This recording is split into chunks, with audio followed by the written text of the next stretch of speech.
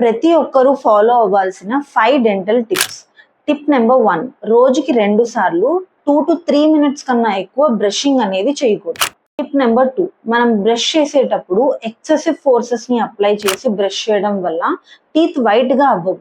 కానీ ఇలా బ్రష్ చేయడం వల్ల టీత్ డ్యామేజ్ జరిగి గమ్స్ కిందికి జారే అవకాశం ఎక్కువగా ఉంటుంది. టిప్ నెంబర్ 3, మనం బ్రష్ చేసిన ప్రతిసారి ప్రాపర్ బ్రషింగ్ టెక్నిక్ లో మాత్రమే బ్రష్ చేయాలి. అంటే బ్రష్ ని ఇలా పర్పెండిక్యులర్ గా హోల్డ్ చేసి ఇప్పుడు circular and sweeping down motions లో బ్రష్ చేయాలి.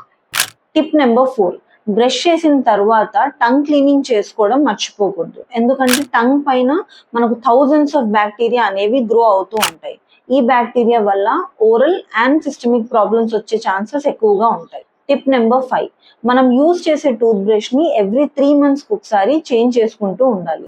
ఎందుకంటే ఒక టూత్ బ్రష్ ని ఎక్కువ కాలం వాడడం వల్ల టూత్ బ్రష్ బ్రిజిల్స్ అనేవి హార్డ్ అయిపోతూ ఉంటాయి. అండ్ ఇలాంటి టూత్ బ్రష్ ని కంటిన్యూగా వాడడం వల్ల క్లీనింగ్ సరిగ్గా అవ్వదు.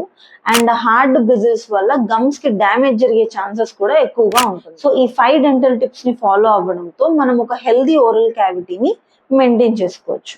Thank you.